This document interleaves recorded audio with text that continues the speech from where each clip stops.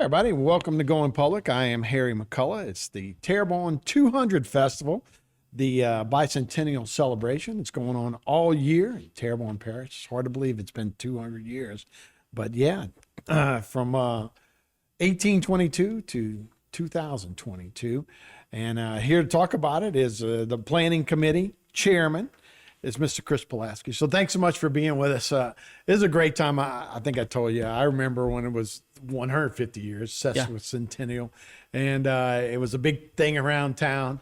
And to see it at 200 now is just amazing. And we've got so much history to talk about. Off to a good start. It started in April, and we've been through a couple of the segments, but off to a good start so far. Sure is. So, our bicentennial, this is something that we've been planning for about a year and a half now. And of course, between the pandemic and of course, Hurricane Ida, it's been a little bit difficult. So we had to kind of push our schedule back a little bit. But essentially what we did was, let's think about ways to break up parish life into 12 topics. And so we had assigned each topic was intended to make a presentation a month beginning in January of this year. But as you pointed out, we started in April because of the storm. So that's the schedule right there. The first presentation was Good Earth, Good Business. So it focused on commerce and trade over the past 200 years. The second was Cruising Bayou Country. That was focused on transportation. But it wasn't just, cars and trucks. I mean, we're talking about boats. We're talking about farm, transportation on the farm, transportation in industry, horse and buggy, you name it. Military law enforcement, and then we most recently had the environment. The presentations are either at the library or at the Civic Center, just depending upon the availability of each of those. But they're on a Thursday night, 6 p.m. is typically the time. Our next one is in August, on August 4th, and it's going back to school at that time, believe it or not. So education will be that topic. But we have government, we have agriculture, we have Good Earth, and you can see September, we have two presentations, one on a Thursday and one on a Saturday. These presentations, we give them about an hour and a half, and they're welcome to make whatever type of presentation they want. They have exhibits, things you can see, some things you can or can't touch, depending upon, the historical nature of them. But an hour and a half is simply not enough time for these topics. I'm talking 200 years. Oh, yeah. But it's also talking about the future too, not just the past. And I mean, it's hard for those committees to put together an hour and a half presentation.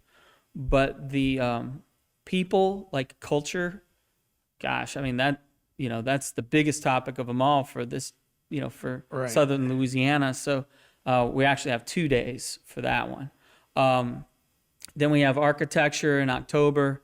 Then on October 15th, which is a Saturday, we have the festival and parade. The festival will be downtown Houma, basically around the courthouse square area. The parade we'll talk in more detail in a bit, but the parade is be running from town hall to the courthouse square. And then we have a couple of other topics that, will not be covered before the festival, but what you'll see at the festival is perhaps a little sneak preview of what those guys will be talking about. So that's sports, seafood, and entertainment. Yeah, this has been a great way. And you say that they've been so popular, they last a lot longer than you'd think. And I'm sure there's a lot of questions and all. The evolution of this parish has been remarkable, too. I would imagine, I'm pretty sure we started with just trapping and seafood, right? Right. And we had big steamboats that would come all the way downtown and then would connect with the Bayou Lafourche and then Mississippi. And that's how they sold wares. And I think oil and gas kind of changed the game. And now we do things a lot differently here. But what are people learning from these events that people didn't know? Well, I mean, it's amazing how much we're learning. I mean, even the folks serving on the planning committees and subcommittees, there's just so much history that we have here. And it's also interesting to learn what kind of ties Terrebonne Parish has to folks that are known throughout the nation, throughout the world, right, that have connections and ties to Terrebonne Parish. But I mean, it's, we're learning about people, and it's about all aspects of life in Terrebonne Parish. You know, whether you're talking about slavery that existed, you know, because we have plantations in the area. You're talking about Native Americans and their culture, and of course the segregation that was happening at certain times. What's also really interesting is in the post-Civil War, in the Reconstruction era, we had African American mayors and sheriffs and people that you know, it was surprising to find out about in a southern town. But it's really interesting, and it's for all ages. I mean, whether you're talking about kids or adults, I mean, there's something for everybody to learn from, of course. Yeah, no, like I say, every time I dig into one of these, you know, when you talk about like I didn't know Jim Bowie and his family at one time owned Southdown. You know, it's like, what? You know, I always knew Jim Bowie Park, you know, but I didn't know his family kind of had owned that part. You say Thomas Jefferson has some heirs that are here, right? That's right. One of our founding fathers. Yeah, that's correct. They, I think it's the 6th generation grandchildren have connections to Terrebonne. So, I mean, and that's just something I learned this afternoon. Right. So, I mean, it's still, we're all still learning, and I think it's going to be a lot of fun. I mean, we look back at the 1972 sesquicentennial. That is a hard word to say, by the way.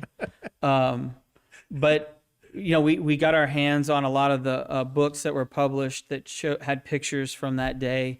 And so we're giving a nod back to that. You know, we're going to have a lot of the same things with the parade, people in period costume or clothing. And that's something that everyone in the community can and is encouraged to participate in.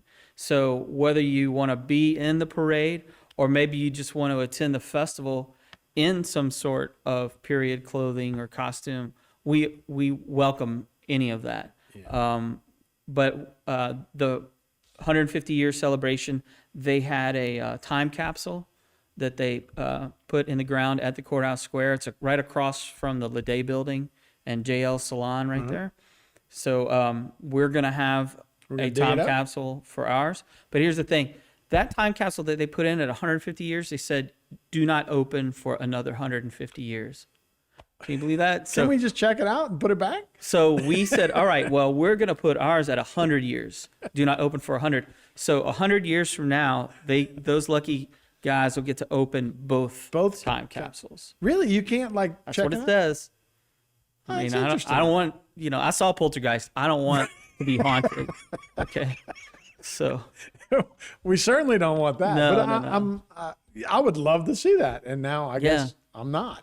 Yeah, and we have the we have a lot of community participation in the planning committee for this thing, and like the wonderful ladies at the Terrebonne Garden Club are helping us with the time capsule.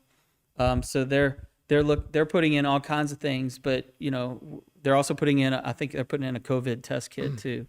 Yeah, that's one of the items. And put a mask and and do a few of those things for sure. Can't go far without running into Look, that. we've been through some historic times the last 3 years. It's That's right. You know, not always great, but it's been different. Hey, what do you learn?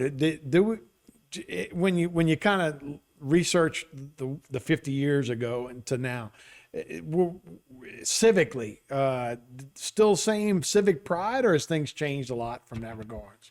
Well, certainly one of the biggest things is just the parish and how it was structured. I mean, at that time, it was a mayor. Right? It was Homa, city of Homa. We had, you had Terrebonne, you had all the other municipalities within the parish. So, you know, the consolidation of the parish happened since then. And I know the government section that's coming up, they'll cover a lot of that, of course. But yeah, when we look back, they had like a court. And so we're looking to do something similar where we have an essay contest that we'll be promoting through local schools. So the winners of that essay contest will essentially form our court. And the winner will be the queen of the Bicentennial Festival. Yeah, and you got posters, right? That's right. We just recently wrapped up. We had a poster contest. So we put it out there with the help of the Bayou Regional Arts Council, a contest, and the winner was just recently selected, and we're going to be working with the Arts Council to do a big promotion about that and present the winner with their check. They get $100, but then they get, credit and Right. for the poster, and then we'll work with them to actually create the poster itself, and then we'll have all of that and more for sale at the festival And you itself. can buy a poster, kind of like Jazz Fest, right? Every That's right. year. And then 100 years from now, you can have two posters. You can have this one and Right, right. We're also and going a to have 300-year poster. we'll have other merch we can talk about in the next segment. I know we're getting short on time here, but the festival itself will be lots of fun. And we'll have live music and, of course, food and crafts. But we'll also be incorporating presentations from all of the topics throughout the day. Yeah, no, this will be great. And so, as you said, we've got a little more time left. We'll come back on the break. But yeah, I'd like to go down each one of these and just talk about some of the stuff we learned and what we're learning. Look, just in the last 20 years, social media has changed things, politics, how we get our news, all that kind of stuff is a lot different now than it used to be. And as we just compared sesquicentennial to a bicentennial, it's a big difference. So we'll take a break. When we come back, we'll do more of that right here on Going Public.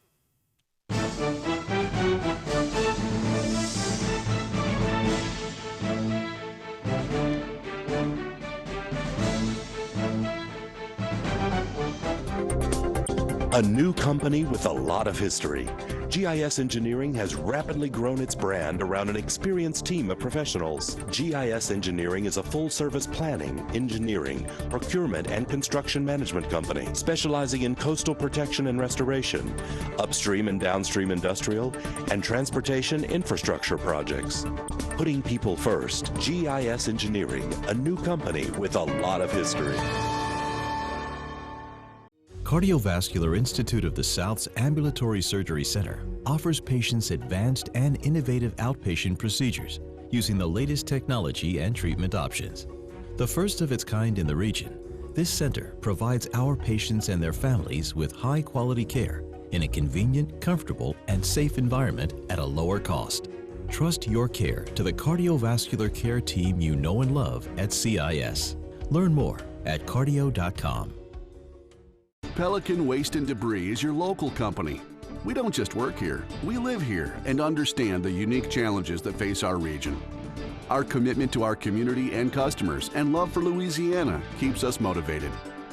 Pelican meets every residential and commercial service need, offering roll-off, front-load, and compactor services, ideal for hotels, restaurants, apartments, construction or industrial sites, and much more.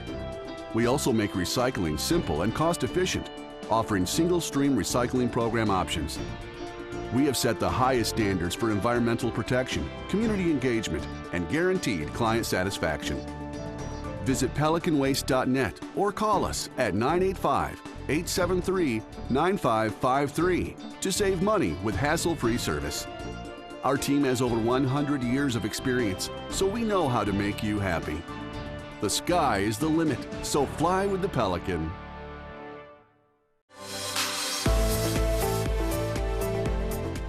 Hi, I'm Rhonda Alford, your host for To Your Health with Terrebonne General Health System. Our weekly show provides the latest in healthcare specialties only offered by Terrebonne General. Join us each Wednesday at 7 p.m. to stay up to date with the latest innovations in health. Terrebonne General provides healthcare breakthroughs in cardiology, cancer care, women's health, health and wellness, and much more.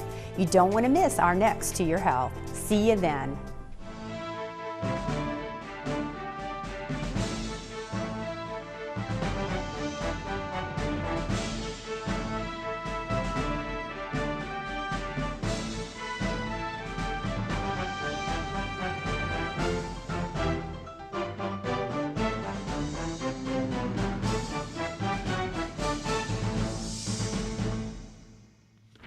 Hey everybody, welcome back to Going Public. Harry McCullough here. We're talking about the Terrebonne 200 Festival, and the planning committee chairman is here. He's Chris Pulaski. Thanks so much for being here, Chris. I could talk this all day about 200 years. And look, when we say 200 years of organized parish, right? It was here a lot longer than that. And I'm sure we go back with the Indians and and the people, you know, that lived here long before we incorporated a government to make it a parish. So, but it's awesome to recognize and great to see our history and learn stuff we didn't know about. I remember when the Courier used to always kind of go back and you see some of the same names, you know, you'd see the DuPonts and Snacks and the Guidrys. You'd see some of those names back from 200 years ago in the newspaper that you still see today. So I think we can learn a lot about our present and future by looking at our past. So Sure. Now you start to learn who all these streets are named after. right. Yeah, you were mentioning something interesting about the first incorporated street name. Yeah, so it's not really a Terrebonne parish in as much as it is the city of Houma, but it's still part of our parish's history. So there was a time when Houma was not the parish seat. It was, actually, I can't recall off the top of my head where it was, but it wasn't Houma. But shortly Gibson, after, yeah. Houma was made the parish seat. But the first streets that were surveyed, so essentially the first properties that this incorporation of Houma was based around were the intersection of Greenwich and Belanger, which, you know, so you could argue that is the really truly the heart of Houma and heart of Terrebonne Parish. But it's fitting too because our Rotary Centennial Plaza project that's going to be going under construction here in the next month or so will basically be at that location. And I know it's Rotary Centennial, so it's Rotary celebrating 100 years, but it's part of our history of the parish too. So some of us are celebrating 100 and everyone's celebrating 200. Yeah, that's cool. And yeah, like I say, to learn so much. And like I said, I've been here since 1960, but you know, our family was here. When you go back and start looking at history, how families came here, you know, we were, our group came from Ireland. They were barrel makers. They ended up being here because they can make barrels for seafood and for sugar and salt and that kind of stuff. So that's how we ended up. We got off the boat and, oh, we're here. Yeah. You know, so it's so interesting to see these kind of stories. So let's start off with good earth and good business. So again, I'm sure agriculture, good earth, we had good farming potential here, sugarcane and then seafood, plentiful from the earth. Yeah, you know, trapping and the fur industry was a big part of it. And, you know, so we had, I mean, you know, the topics, of course, there's crossover from one presentation to the next. I mean, we were talking about seafood at that commerce presentation, but there's a whole presentation strictly for seafood later on in the year. But we learned about, you know, the Bloom and Bergeron dried shrimp and their history. The sugarcane industry, of course, and then the origins of the oil and gas in this industry, and now what we're looking to for the future, you know, with the hospital, with aviation, with, you know, recreational fishing, all those kinds of things. It's really interesting. Cruising the bayou, and you know, obviously we talk about steamships coming up and down Bayou Terrebonne. Obviously, it was a lot deeper back then, and probably a little bit wider too. But those boats were coming and going, and you see pictures of them downtown, like right here on Church Street. You're like, wait, really? Yeah. Oh, yeah. And yeah, I remember in that presentation they were showing the different types of shrimp boats. You know, from the smaller skiffs all the way up to, you know, what we see today, the big shrimp boats that you see out in the Gulf. That was an interesting. I mean, it's also, you know, we talked about everything, trains. You know, we don't have as much presence of trains in the parish anymore. We don't have all those spurs coming into town, hitting all the sugar mills and things like we had before. And then, of course, you know, the evolution of the car. So it'll be fun to see how that comes in for the parade. Right. And you know, when you talk about trains, like I said, I wasn't joking about Gibson and Schriever were some of the big hubs, because as they were coming in, that's where the train stations were. That's where people were getting off. Those were big population areas at one time. And Schriever still is, to this day, remains a flag stop for Amtrak. Right. I mean, there's that building that's still there, the older train station that BNSF and Amtrak use primarily for storage nowadays. But you can catch a train at that Shreveport stop Right. even now. Yeah. So military and law enforcement, look, that's a couple of the wars that are involved from 1822. Obviously, you're talking about Civil War, and then obviously World War I and II. A lot of folks here and heard a lot of heroics fighting from men from this area who fought in groups, right? Even in World War II, they kept guys together. Like we Right. got a Cajun regiment. I had my father-in-law, my grandfather-in-law was a colonel, and he had a bunch of guys from here. They took over a hill that they weren't supposed to take. Like, hey, you'll be there in 2 days. They got there in like half a day. Yeah. That kind of stuff. Great Cajun bravery here. I mean, we're fortunate to have the military museum here. And of course, those guys played a big part in that presentation. And they covered everything from the Revolutionary War, War of 1812, Civil War, World War I, World War II, Vietnam, and, the more recent Gulf War and Afghanistan and so on. But that was very interesting. They had a lot of really great exhibits. And then they incorporated law enforcement into it as well. So the sheriff and Houma PD both gave a presentation that was great, and it covered a lot of history about both departments, and that was really interesting as well. Really interesting. And then look, environment, and that's still ongoing, right? And I'm sure a big part. Well, of they it, talked for 3 hours, but I don't know if it's still ongoing. but our evolutionary change is still going, right? I mean, we Yeah. used to talk about taking, a horse all the way out to Last Island. Yes. And obviously that's the change that happened when we dammed off the Mississippi River, and a big change to our environment. Earl Hughes he was one of the presenters, and he talked about the resort at Last Isle and had transcripts from a survivor who documented their experience. And that was just an amazing story to hear. Right. I guess got that goosebumps hurricane's thinking part about of it, right? It was Yeah. the 1850s, I guess. I'm not sure of the year. Yeah, something like that. I don't know. But yeah, they had a big hotel that was out on Mm-hmm. Last Island and got wiped out by a big hurricane. But that's a big change when you talk And about environment. They covered invasive species, which was also very interesting and very beneficial for people to know about. Well, Things sure. like nutria, Well, I was apple about to say, the snails, nutria was part of our tracking. water hyacinths, all that stuff. Yeah. So So, yeah, you got people coming in. "Oh, this would be a good idea. We could trap these nutria." And then next thing you know. So, let's just hit on a few more. And I thought education was good too. Again, not growing up here, I didn't even understand segregation. I was too young to even understand it.